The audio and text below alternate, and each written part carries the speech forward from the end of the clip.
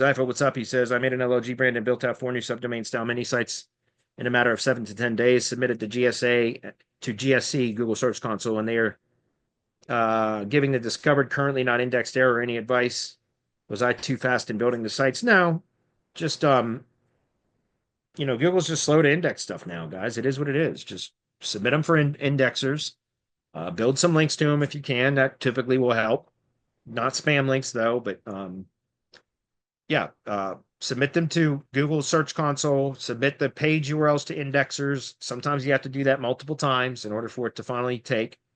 And I've seen Google's a bit flaky right now where things will come into the index and then they'll drop out and then they'll come back. Like, for example, ID pages. If you guys have ever tried to index an ID page on an Amazon S3 bucket, it's difficult. They don't index right away. And sometimes it takes weeks before they'll index, and you have to be intentional about getting them to index.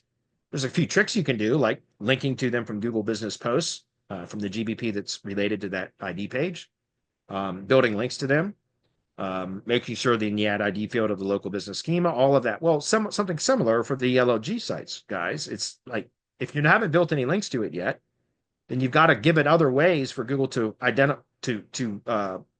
give Google a reason to crawl and index it. Right? Links is one of the reasons why, because Google will follow links around the web, and when it gets to the destination, it will crawl it. And so, again, I'm just pointing that out because I would recommend that you build some links to it if you haven't already. Make sure that sitemaps are submitted to Search Console, and then also you can use indexers, multiple indexers if needed. But all I do is go visit the site and use the link gopher extension just like this. Just extract the links, get rid of the Google Maps links and anything that's not relevant. Like, so for example, get rid of the, contact us page. I don't care if that indexes or not, but just copy those URLs and submit them to an indexer, right? Use multiple indexers if needed. Okay.